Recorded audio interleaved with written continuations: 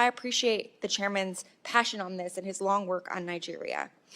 I think it's a distortion to say that what we're trying to say is that there's nothing to see here. In fact, there is something to see here. There is very real conflict and violence that we need to address. I've been working on addressing conflict in Nigeria since 2013, 2014, when I was part of the counter Boko Haram strategy at the State Department. The violence impacting both Christian and Muslim communities is real, and the Nigerian government can and should do more to address it. I was horrified to learn of the killing of 2 people and the kidnapping of the pastor and a worshiper at a church in Kwara State. And this came only a few days after, as the chairman mentioned, criminal bandits kidnapped 25 girls in Kebbi State.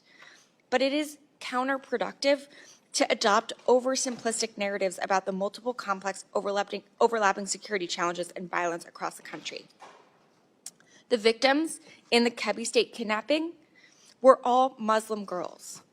So violence affects everyone, and false narratives perpetuate harmful stereotypes and motivate tensions and violence based on religious identity.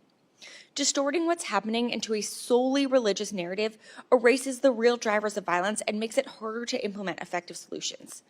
And it can fuel violence against the very groups the Trump administration claims it wants to protect. That's why I'm alarmed by President Trump's rhetoric about this violence and threats to go into Nigeria, guns a-blazing, and to wipe out terrorists. We are already receiving reports of increased tensions between Christian and Muslim populations following this rhetoric.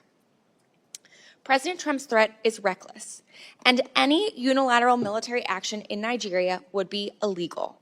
Congress has not authorized force in Nigeria to protect Christians, and any action without Nigeria's consent violates international law.